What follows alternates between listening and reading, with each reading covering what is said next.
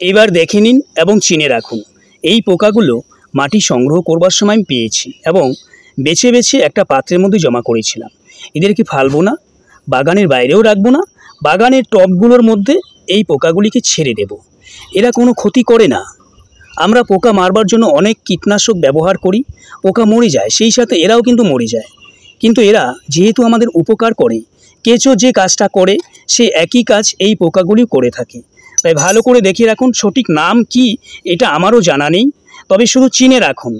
এই পোকা যদি আপনার বাগানেও থাকে কখনোই মারবেন না। গার্ডেনিং বিষয়ে যে কোনো সমস্যায় সরকার গার্ডেন আপনাদের পাশে আছে। ভিডিওটা প্রথম থেকে শেষ পর্যন্ত দেখুন।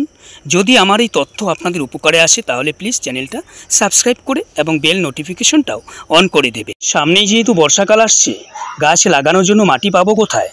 আজকে সকালবেলায় রৌদ্র উঠেছে, আমি গাছতলা থেকে এই মাটিটা সংগ্রহ করে ছাদের উপরে এইভাবে মেলিয়ে দিয়েছি।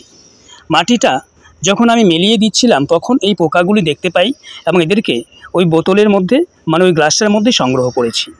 দেখুন, মাটির মধ্যে অনেক রকমের ক্ষতিকারক পোকা বসবাস করে, যারা গাছের ক্ষতি করে, মাটিকে দূষিত করে তোলে। সেই যে ছোট ছোট পোকাগুলো থাকে অতি ক্ষুদ্র ক্ষুদ্র, এদেরকেও কিন্তু ওই পোকাগুলো খেয়ে নেয়।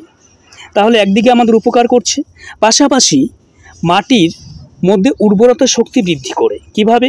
এরা বেশিরভাগ খেয়ে থাকে মাটি খেয়ে যখন মাটির মধ্যেই সেই মল ত্যাগ করে, সেই মাটিটা কিন্তু আরও উর্বর হয়ে যায়।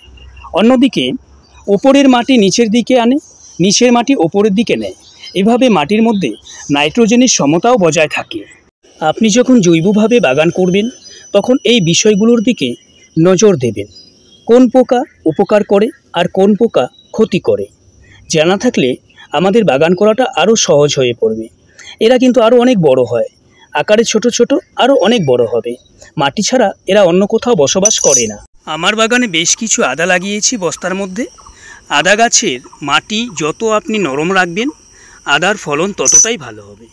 প্রত্যেকটা বস্তার মধ্যে দু একটা করে পোকা ছেড়ে দেব, যেহেতু এরা কোনো ক্ষতি করবে না, মাটিটাকে উর্বর রাখবে এবং মাটির মধ্যে নাইট্রোজেনের পরিমাণটাও ঠিকঠাক রাখবে। এরা আস্তে আস্তে মাটির ভেতরে ঢুকে যাবে। তো এইভাবে আপনারা কিন্তু যদি থাকে বাগানে এই কাজটা করতে পারেন, কোনো ক্ষতি হবে না। বাগানের গাছ একদিকে ভালো থাকবে, মাটি ঠিক থাকবে, মাটির উর্বরতা শক্তি বাড়বে। যে কোনো টবের মধ্যে এইভাবে ছেড়ে দিবেন। অনেক সময় দেখবেন টবের মাটিতেও এগুলি দেখা যায়। দীর্ঘদিন যাবৎ টবে মাটি থাকতে থাকতে নিচের দিকে লক্ষ্য করে দেখবেন এই পোকাগুলিকে পাওয়া যাবে। তো দেখুন, এভাবে দিয়ে দিলাম। আজকের ভিডিওতে শুধুমাত্র এই তথ্যটাই দেবার ছিল। প্রত্যেকে ভালো থাকবেন, সুস্থ থাকবেন। আর আপনার বাগানে যে কোনো সমস্যা হলে কমেন্ট করে জানাবেন, আমি যথাসাধ্য সমাধানের চেষ্টা করব। সবাইকে নমস্কার।